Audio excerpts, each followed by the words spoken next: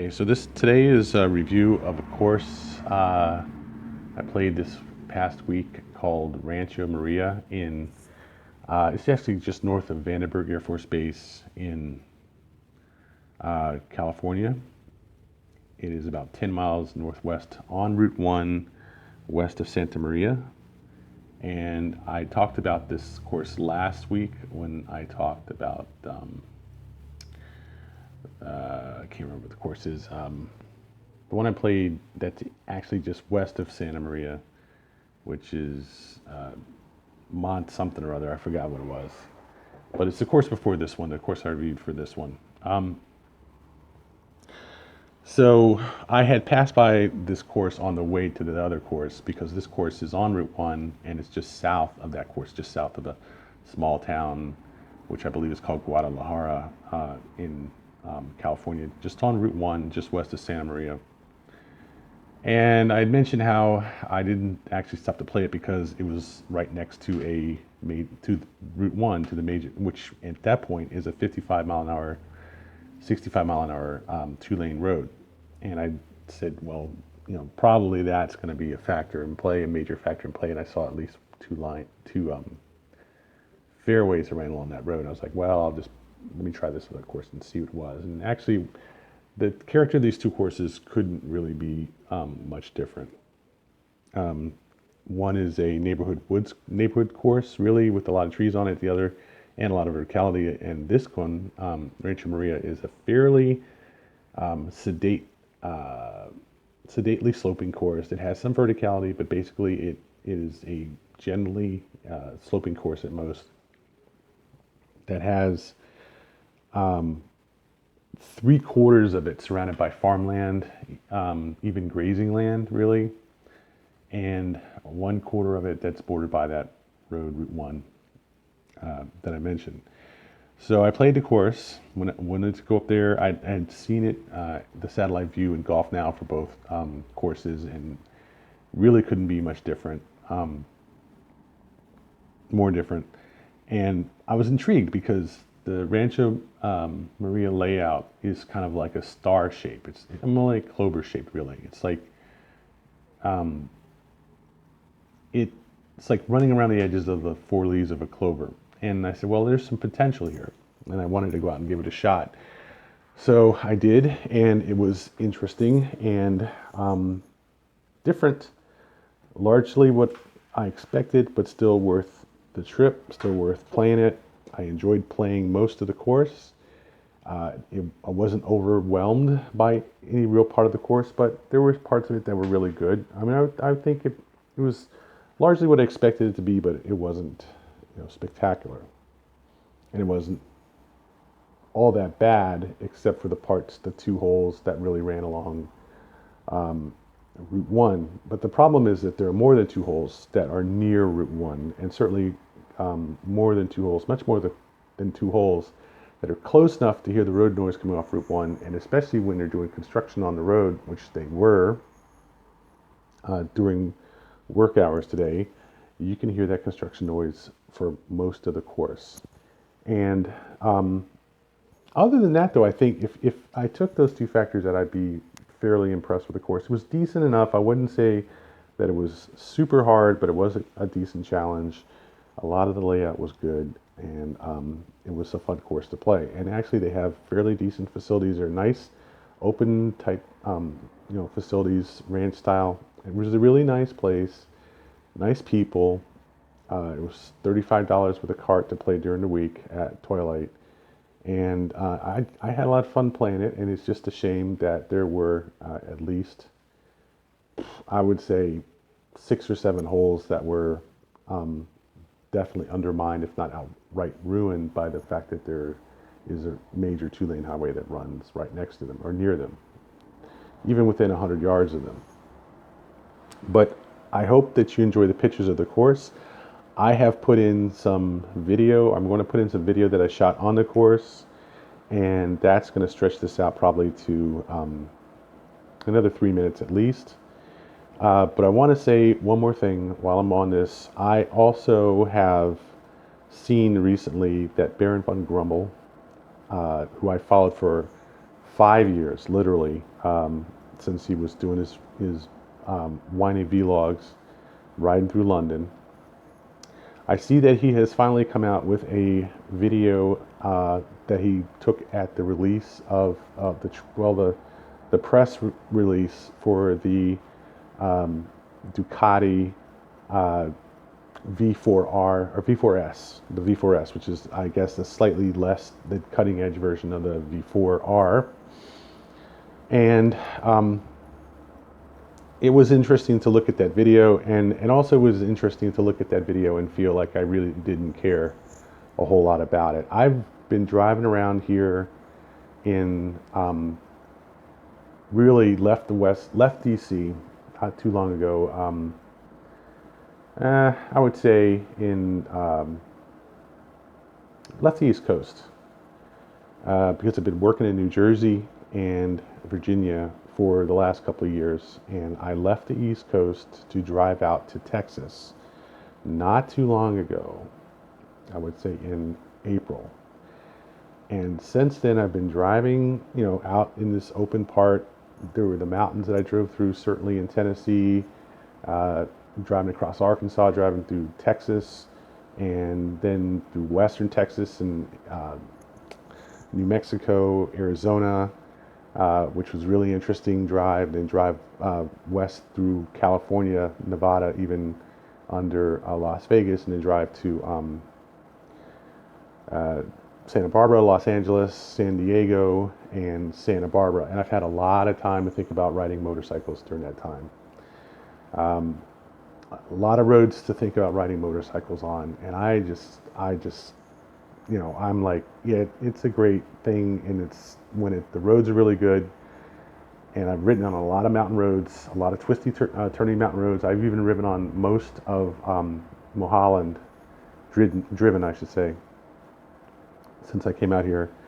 But I cannot tell you that I would want to get on a motorcycle and do some serious riding on those roads, the roads that I rode on coming out here.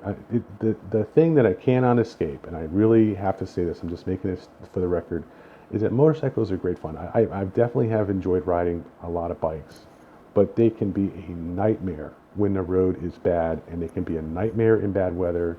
They can be a nightmare at night if you don't have really good night vision, and I'm definitely at the age where I don't have good night vision anymore.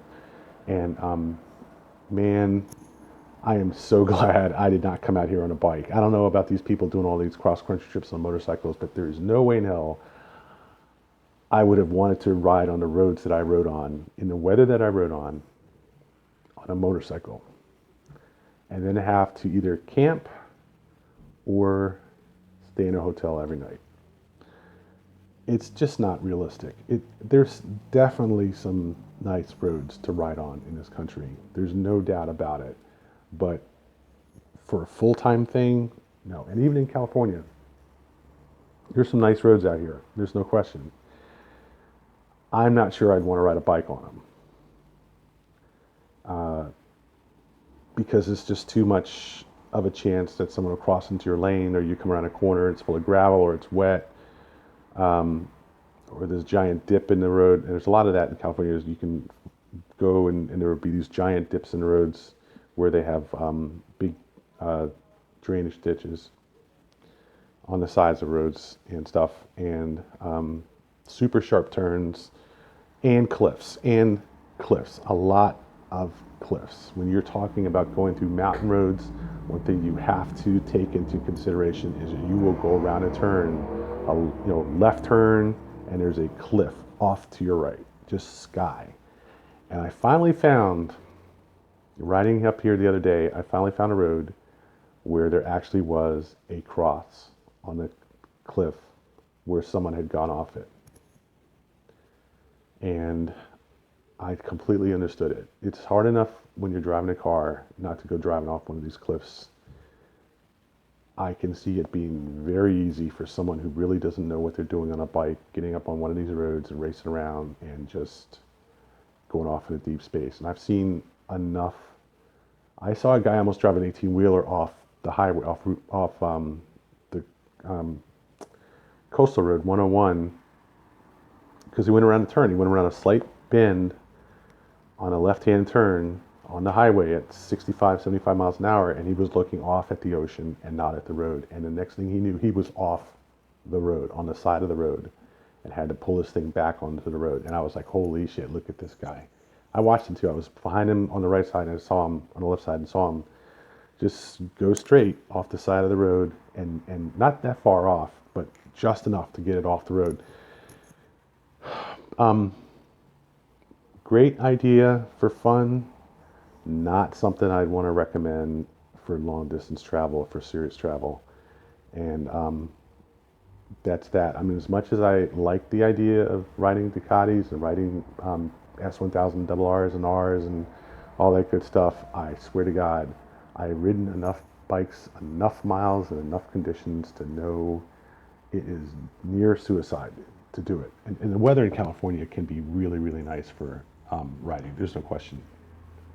So golf, humbly, I will say, golf is my thing. And I hope you enjoy the rest of these videos where I will talk about the interaction between golf and road noise. Enjoy. And sure enough, I was driving up the fairway and some asshole drove by honking his horn. Beep, beep, beep, beep, beep, beep, beep, beep, beep, beep, beep, as I was walking back to my car. It never fails. Anytime you play by a road, you play a golf course, you play a hole right by a road, at least one dick will drive by and honk his horn at you. Yeah, so as much as I like holes like, I don't know, 3 through 14 on this course, it's got to be balanced out like any other course near a road, with the fact that it's right near a road and there's major traffic that you can hear all coming up the, and that traffic is 55, 60 miles an hour traffic at least down a 2-lane back road in the middle of nowhere in California. And the next 2 or 3 holes, if not the 2 before this one, are going to be affected by that noise. And as long as that doesn't bother you, fine. This is a great course. Some of it is really nice. Some of it is very nice and goes way away from this road. But even though it's still up in the mountains way back there in the fog that you can't see now, you can still hear this road noise. And when they're doing construction out here, which they're doing, there's a road digger right over there. You know, the whole side, you can hear that all over the course. So that has to be taken into account. Sucks when you're playing on this really nice course and it's reasonably quiet except for the road construction that's happening just up there. And you come out here, this guy's sitting here watching me. And the next hole, you're right next to this road.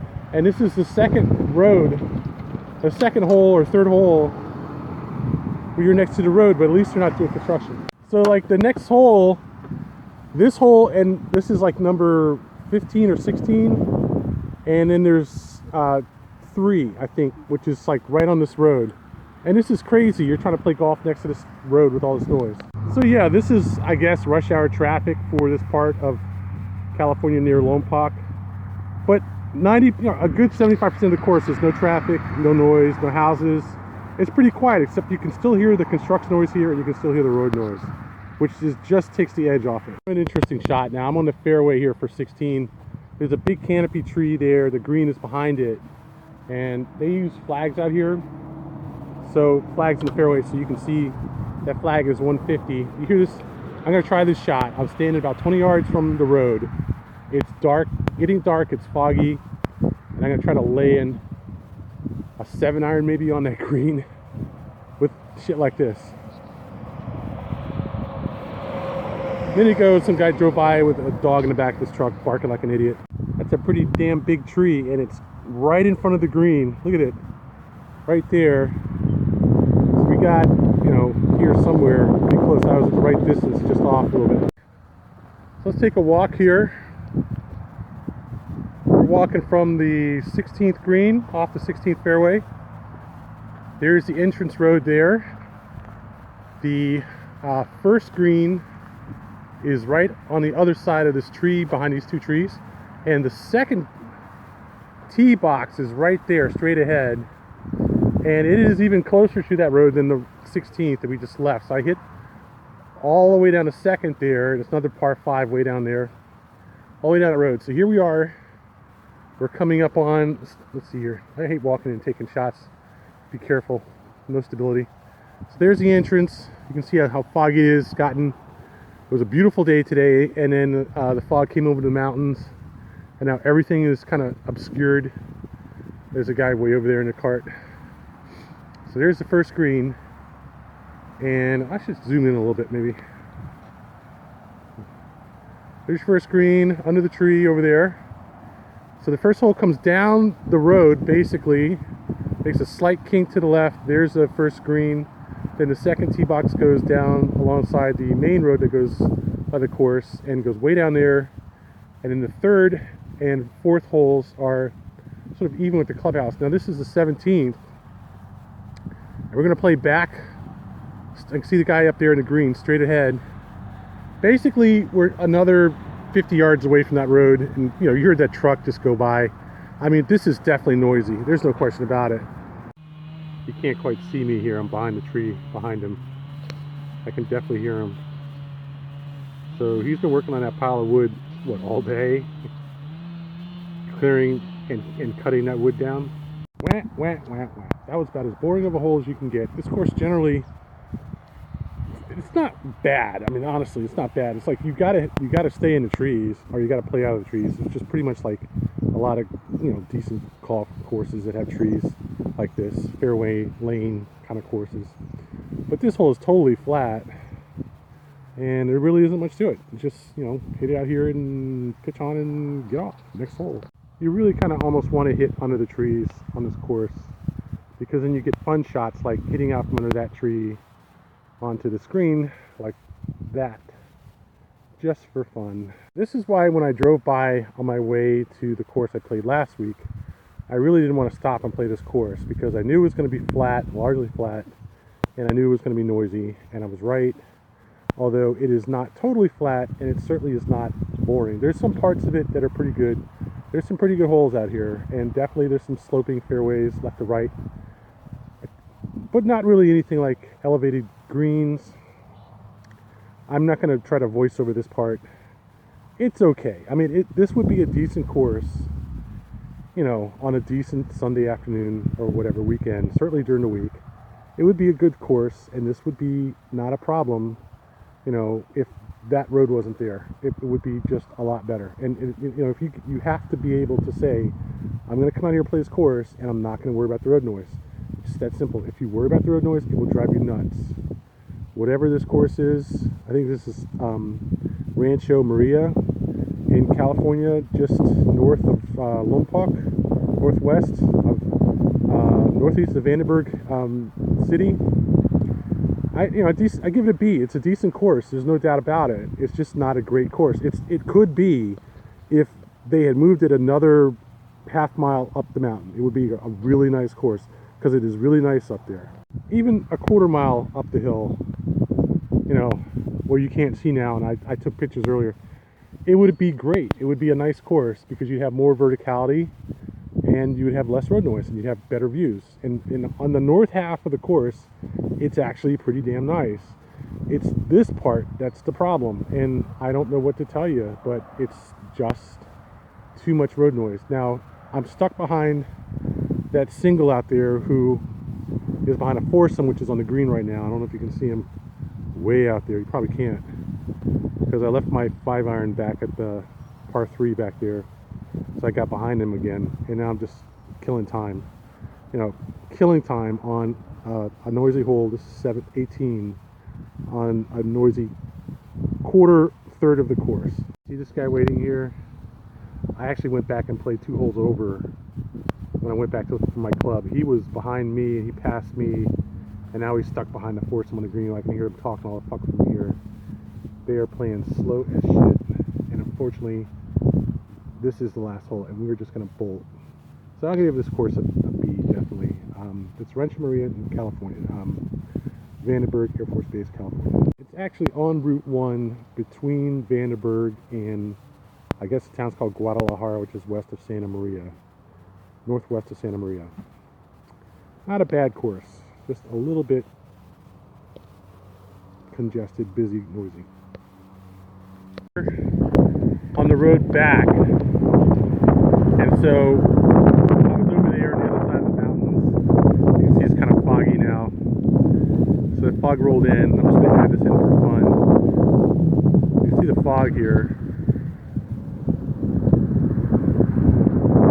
And I'm on this twisty turny road here that goes back from Vandenberg to Lone Pack. Let me see if we can catch this fog. This is really nice. I mean, it's really it's like an ocean of fog out there. But I can't really quite, I'm going to go to full magnification to get even a reasonably good idea of how it looks. It's absolutely beautiful. And people are stopped over there looking, you know, it's really nice. The sun just set off there to the east or west, I guess. So let me zoom back out. I mean, I gotta admit, this part of the country is really nice. It looks much better than it does on the camera. I can't even get a good shot. It's just impossible to get a good shot of how that looks. You can see the fog there. It's much darker than it is in the shot, and you can see the lights and everything down there, way out there in the distance. It's sort of like that right there. But there's much more depth in the real view than there is here. It's just amazing. I mean, I need a real HDR camera to capture this. It's just really nice, and the sky is about that bright, and the ground is right about there. Just really, really nice. But there's so much detail that this camera's not capturing in the clouds. It's just like a sea of clouds right there.